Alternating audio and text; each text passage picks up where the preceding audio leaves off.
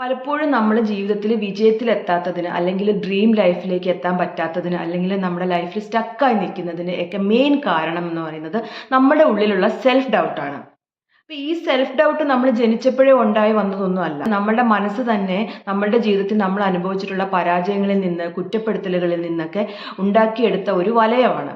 ശരിക്കും പറഞ്ഞാൽ നമുക്ക് സേഫ്റ്റിക്ക് വേണ്ടിയിട്ട് തന്നെയാണ് നമ്മുടെ മനസ്സ് ഇത് ക്രിയേറ്റ് ചെയ്യുന്നത്. വീണ്ടും പരാജയപ്പെടാതിരിക്കാനും അല്ലെങ്കിൽ വീണ്ടും നമ്മൾ മറ്റുള്ളവരുടെ കുറ്റപ്പെടുത്തൽ കേൾക്കാതിരിക്കാനും ഒക്കെ മനസ്സ് സ്വയം ഉണ്ടാക്കിയെടുത്ത ഒരു വലയമാണ്.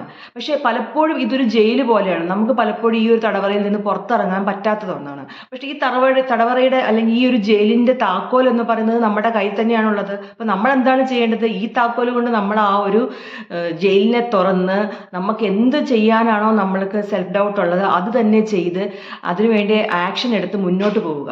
നമ്മൾ ഒരിക്കലും ആ ഒരു കാര്യത്തിൽ ആക്ഷൻ എടുത്ത് മുന്നോട്ട് പോവുകയാണെങ്കിൽ നമ്മുടെ ബ്രെയിൻ തന്നെ അത് റീറൈറ്റ് ചെയ്യും. ഇയാൾക്കിത് ചെയ്യാൻ പറ്റുമെന്ന് ബ്രെയിൻ തന്നെ റീറൈറ്റ് ചെയ്ത് നമുക്കത് ചെയ്യാനും പറ്റും. നമ്മുടെ കോൺഫിഡൻസ് ഇമ്പ്രൂവ് ആവും. പിന്നീട് നമുക്ക് വലിയ വലിയ അതായത് ബിഗർ ആക്ഷൻസ് എടുക്കാനും പറ്റും. അപ്പോൾ ഇങ്ങനെയാണ് ആ ഒരു തോട്ട് പ്രോസസ്സ് പോകുന്നത്. അപ്പോൾ നമ്മളത് ആക്ഷൻ എടുക്കാതെ അവിടെ തന്നെ ഇരുന്ന് കഴിഞ്ഞാൽ നമ്മൾ ഒരിക്കലും വിജയിക്കില്ല.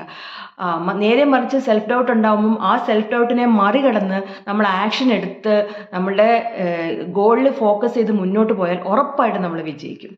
എല്ലാവരും ഇങ്ങനെ ഒന്ന് പ്രവർത്തിച്ച് നോക്കുക. നിങ്ങൾക്ക് എല്ലാവർക്കും ലൈഫിൽ നിങ്ങളുടെ ഗോൾ റീച്ച് ചെയ്യാൻ പറ്റും. Thank you.